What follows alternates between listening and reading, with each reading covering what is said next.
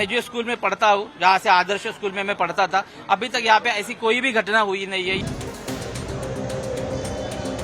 अगर इस देश में अगर आपको ये रेपिस ये बंद करना है तो खुलेआम एक या दो अपराधी को खुलेआम फांसी दो जनता के सामने। अगर बंद करनी है तो आपको कानून में एक कानून तो बदलना पड़ेगा। जो आक्रोश है ये जनता का पूरी सिस्टम के लिए है, ये पूरे सिस्टम के अगेंस्ट हमारी जंग है।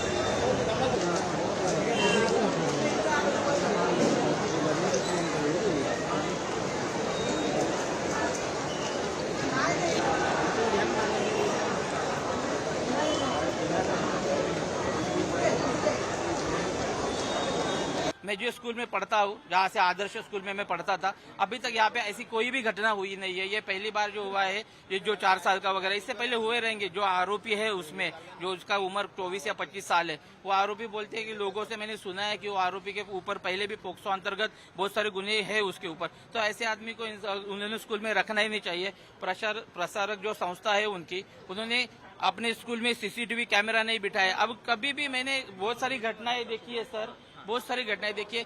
सब कुछ होने के बाद इनको याद आता है सीसीटीवी बिठाओ। ऐसा क्यों? आपके बच्चे नहीं पढ़ते? आपकी माता बहनें नहीं है क्या? आप लोगों ने समझना मांगता ना। आप हमसे इतना पैसा लेते हो, इतने सारे हमसे फीस लेते हो, तो आपका काम है। हम अपने बच्चों को स्कूल में भेजते हैं। क्यों भेजते हैं? आपके भरोसे पे भेजते हैं। नहीं तो हम घर में भी पढ़ा सकते हैं ना। तो इतना पैसा देके आप लोगों को हम भेजेंगे, आप सिक्योरिटी भी चेक नहीं करते हो।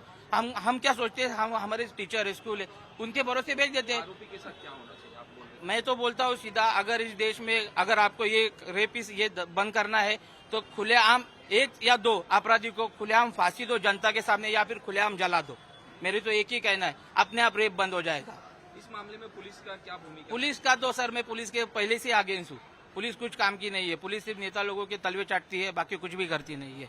चाहे तो कुछ भी नहीं, आप कुछ भी करो। पुलिस हर बार बोलती है हमें सहकार्य करो, लेकिन कितना सहकार्य करे जनता? केस रजिस्टर की बात ही नहीं सर। हम आपको, उन्होंने केस रजिस्टर किया 12 घंटे के बाद। ये हुआ है 12 तारीख को, केस रजिस्टर हुआ है 14 तारीख को। 2 दिन के बाद अगर ये क्या करते ये लोग? अगर गरीब लोग जाकर उधर हॉस्पिटल में भी परेशानी हो उनको सब कुछ। लेकिन आपको ये सारी चीजें देश में अगर बंद करनी है तो आपको कानून में एक कानून तो बदलना पड़ेगा, या फिर जैसे बाहर कंट्री में जैसे होता है वैसे अपन को भी करना पड़ेगा। क्योंकि वही एक चीज है जो ये रेप को बंद कर सकती है। अदरवाइज कोई भी चीज नहीं है। आप देखो कितने रेप होते हैं, किसी को भी फांसी होती है नहीं होती हमें पता ही नहीं चलता है। तो दूसरा कोई यही नहीं करता है ना। डर ही नहीं है। डर पैदा करो, डर बनाओ। डर अगर बनाओगे तो ये चीजें होने वाली है। नहीं तो जिंदगी में कभी भी ना आपकी माँ बहन सुरक्षित है, ना मेरी माँ बहन सुरक्षित है। ये जो आक्रोश है ये जनता का पूरी सिस्टम के लिए है।